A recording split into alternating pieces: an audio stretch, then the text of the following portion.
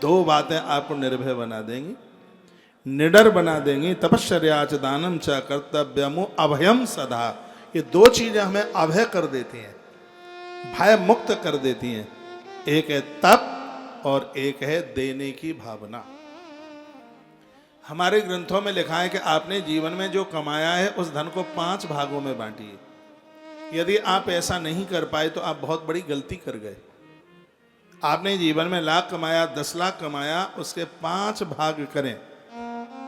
उसका सबसे पहला भाग धर्म के लिए। आपने जीवन में 10 लाख रुपया कमाया है तो 2 लाख रुपया धर्म में लगना ही चाहिए। एक उदाहरण के तौर पर मैंने 10 लाख बोल दिया, आपने 1 रुपया कमाया तो उसका 20 पैसा धर्म में लगना चाहिए, 20%।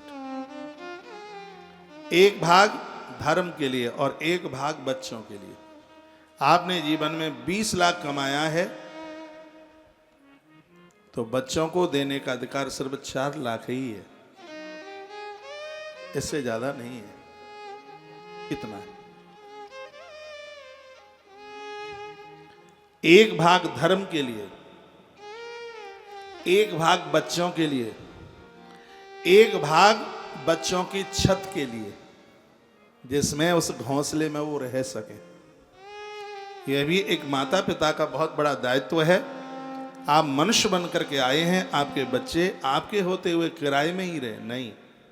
4 बच्चे हैं, 4 मकान चाहिए, ये कहीं नहीं लिखा।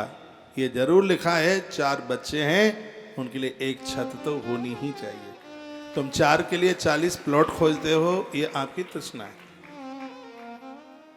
उन्हें एक हौसला दीजिए, उन्हें एक मकान दीजिए, ये पिता का कर्तव्य है।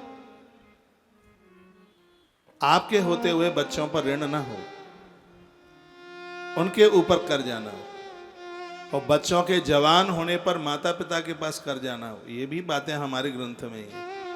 कोई भी माता पिता बच्चों के ऊपर ऋण रखकर मौत को प्राप्त न हो, नहीं तो अगली बार में बहुत ज्यादा लोड होकर के चुकाना पड़ेगा। एक भाग धर्म के लिए,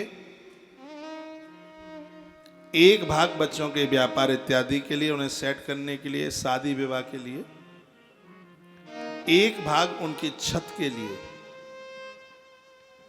कितनी अच्छी अच्छी, कितनी सुंदर सुंदर बातें कही हैं। एक भाग वर्णन किया गया है, एक भाग अपने पास वर्तमान समय के लिए, वर्तमान समय के लिए एक भाग आपको मांगना ना पड़े। वर्तमान समय के लिए कोई दान पुण्य वाले ऐसे कोई आ गया, कहीं आपको देना है, किसी का आपको सहयोग करना। और एक बहुत अच्छी बात कही है, एक भाग अपने बुढ़ापे के लिए, वृद्धावस्था के लिए, सौमती मावस वगैरह नाते रहे, किसी से कुछ मांगना ना पड़े। अभी आप युवा हैं, अभी आप कर रहे हैं अभी के लिए, लेकिन चारों तरफ से पैसा बंद हो जाए आना, बच्चे दे नहीं, रिश्तेदार दे नहीं, तो उसके लिए एक भाग वृद्धा अवस्था के लिए जोड़ करके रखिए। बात बे तो बच्चों का ही है, परिवार का है, लेकिन श्रीमद् भागवत के 11 स्कंद में ऐसा वर्णन है कि एक भाग उसको भी बचा के रखिए। लेकिन उनका आप क्या कहेंगे जिन्होंने धर्म के नाम पर 1 टका भी खर्च नहीं किया। ऐसे ही लोगों का यह लोक और परलोक सब कुछ बिगड़ जाता है।